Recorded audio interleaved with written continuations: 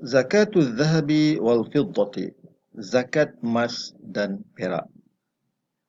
Zakat emas dan perak termasuk di dalam kategori zakatul amwal. Zakatul zahabi wal fiddati ma kana madrubaini umratan lil isti'mal atau kana sabaik atau kana tibraini wa tusamma aidan bin naqdaini. Zakat emas dan perak ni adalah apa yang kedua-duanya yang ditempa untuk menjadi mata wang yang digunakan seharian, ataupun dia juga berbentuk kepingan dan dinamakan juga sebagai uh, duit, duit. Jadi sama ada zakat itu barang itu berbentuk emas yang seketul begini ataupun yang dijadikan sebagai medium untuk berjual beli, macam duit lah, duit. Ad-dalilu ala masyru'iyyati zakati dhahabi. Dalil atas pensyariatan zakat emas dan perak. Minal kitabi, qala Allah Ta'ala, a'udzu billahi minasyaitonir rajim. والذين يكنزون الذهب والفضة ولا ينفقونها في سبيل الله فبشرهم بعذاب أليم. Surah At-Taubah.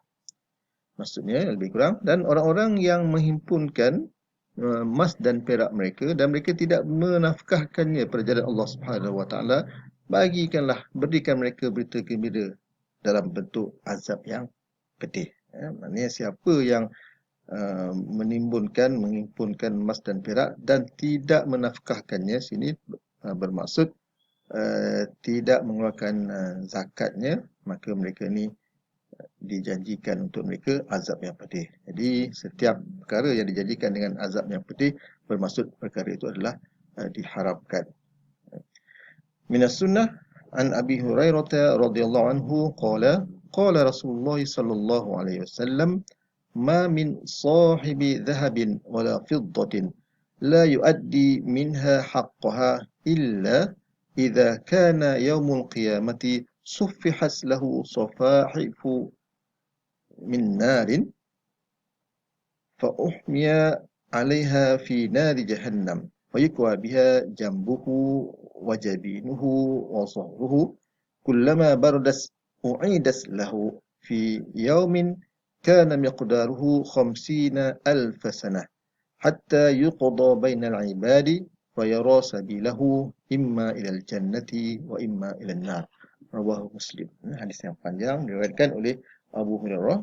Maksudnya lebih kurang Nabi SAW bersabda, tidaklah seseorang pemilik emas dan perak yang tidak mengeluarkan zakatnya, hak emas dan perak itu adalah zakatnya, melainkan pada hari kiamat nanti, mereka ini nanti akan kalau ikut terjemah ni kata dilaminate, dikepit daripada api, kemudian mereka ni akan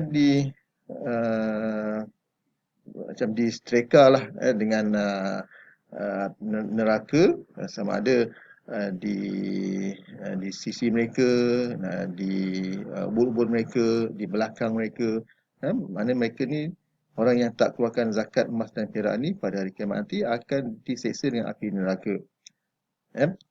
Dan setiap kali api itu sejuk, wallahu alam setakat mana yang sebut sejuk itu, tapi ikut nasnya begitulah, dikembalikan. Maknanya sesaan yang berterusan dan bentuk selama mana fi yaumin, pada satu hari yang kadarnya adalah seumpama 50,000 tahun. Dan azab itu berterusan demikian sehinggalah diputuskan di antara manusia itu dan mereka lihat manakah jalan mereka, iaitu sama ada ke syurga ataupun ke api neraka. Na'udzubillah. Jadi kita faham daripada kedua dalil ini daripada Al-Quran bahawa orang yang tidak mengeluarkan zakat emas dan perak akan disisir oleh Allah Subhanahu Wa Taala, dan pendetilannya dalam hadis ni Nabi kata akan distreka, sama ada di belah sisinya, ubun-ubunnya, belakangnya, sehinggalah diputuskan sama ada masuk ke dalam syurga ataupun ke neraka. Na'udzubillah min zalik. Syurutu wujubi zakati dhahabi wal fiddah. Syarat-syarat yang mewajibkan zakat emas dan perak. Ada 5. Awalan al-Islam. Fala tajibu 'alal kafir. Maka zakat ini tidak wajib ke atas orang kafir. Al-milkut tam, iaitu pemilikan yang sempurna. La zakata 'alal awqaf. Maka tidak wajib zakat ke atas harta yang diwakafkan.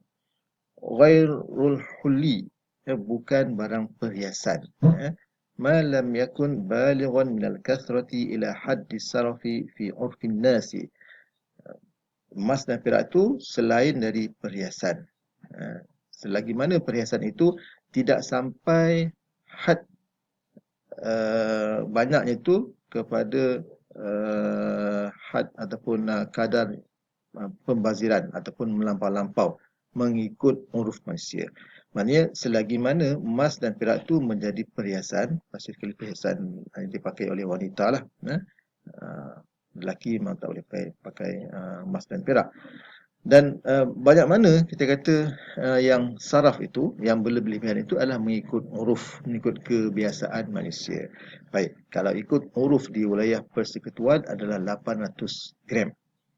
Maknanya seorang wanita itu boleh memakai barang perhiasan emas dan perak, perhiasan emas sebanyak 800 gram. Lebih daripada itu dikira sebagai saraf, sebagai berlebihan, dan dia kena keluarkan zakat. Nanti kita akan lihat detail. Jadi ini uruf ni mengikut kebiasaan adat setempat. Mungkin di Kelantan lebih sedikit berbanding dengan di wilayah persekutuan. Jadi itu ikut uruf setempat negeri masing-masing. 4. Rabi'an kamalun nisabi, itu cukup nisab. Cukup nisab, cukup qadarnya, cukup beratnya. Nisabul dhahabi 20 dinaran atau 85 gharaman min al-dhahabi. Untuk emas 20 dinar. Kadar asalnya adalah 20 dinar, dan ulama sekarang telah menjelaskan lagi 20 dinar itu adalah sebanyak 85 gram. Nanti kita akan lihat kiraannya insya-Allah. Wa amma nisabu fiddati fa 200 dirham atau 672 gharaman min al-fiddati. Nisab untuk fiddah pula adalah 200 dirham. Sebab dinar adalah untuk mata wang emas, dirham adalah untuk mata wang daripada perak. Jadi untuk emas 20 dinar, untuk perak 200 perak, 200 dirham, 200 dirham. Jadi ulama telah menjelaskan lagi bahawa nisab untuk perak adalah 672 gram. Okey, nanti kita lihat kiraannya insya-Allah. Khamisan, haulanil haul, iaitu cukup haul. An tabqal milkiyatu fi yadi sahibiha sanatan qamariyatan hijriyatan kamilatan. Hendaklah kekal pemilikan itu pada tangan pemiliknya 1 tahun qamariyah hijriah yang sempurna. Yang tadi kan al-milkut tam tadi, iaitu dia memiliki qadar nisab ini, sama ada 85 ataupun 672 gram ini selama setahun penuh. Maka bila cukup setahun barulah wajib dikeluarkan zakatnya. Wajib keluar zakatnya. Berapa kadar zakatnya? Adalah 2.5%. 2.5%. Baik, sekarang kita lihat cara mengira zakat emas. Ini yang saya ambil dari PPZ, wilayah persekutuan. Baik. Emas, emas perhiasan. Emas kalau dia berbentuk perhiasan dan dipakai oleh seorang perempuan itu dan tidak melebihi uruf. Contohnya uruf wilayah persekutuan adalah 800 gram.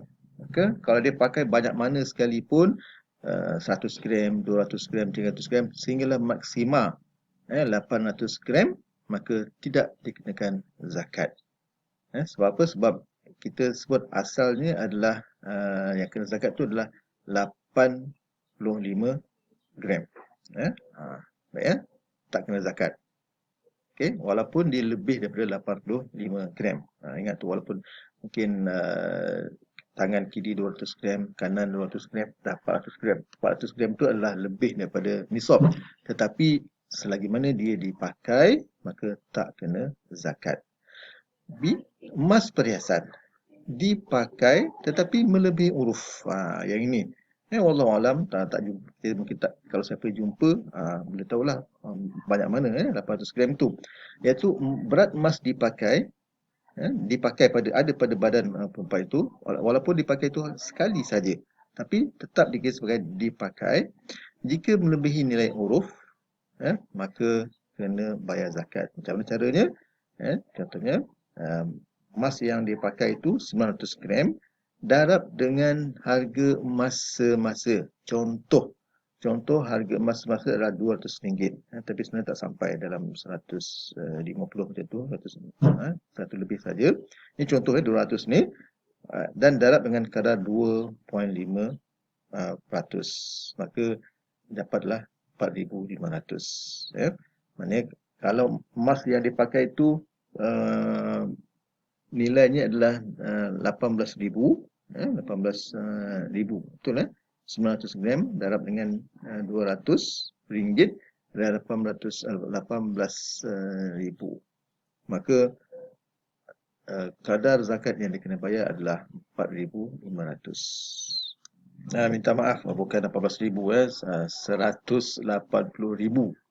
Mana kalau barang kemas yang digunakan itu adalah seberat 900 gram dan nilai semasa 1 gram adalah RM200, maka totalnya adalah RM180,000 barang kemas yang ada pada badan dia, maka dia kena keluarkan zakat sebanyak 4,500, bukan 18,000, 180,000, minta maaf. C. Emas yang disimpan yang tidak dipakai. Maknanya dia ada emas tak disimpan, tak digunakan. Kalau digunakan, ikut yang A sini. Dan kalau digunakan emas perhiasan tu lebih pada uruf, ikut yang B. Tapi dia ada emas yang tak dipakai, sama ada emas apa bentuk sekali dah, yang dongkong ke, yang cincin ke, rantai, emas yang tidak dipakai, disimpan saja. Lebih nisab, iaitu 85 gram. Maka berat emas yang disimpan tadi darab dengan harga emas semasa, darab dengan kadar zakat emas.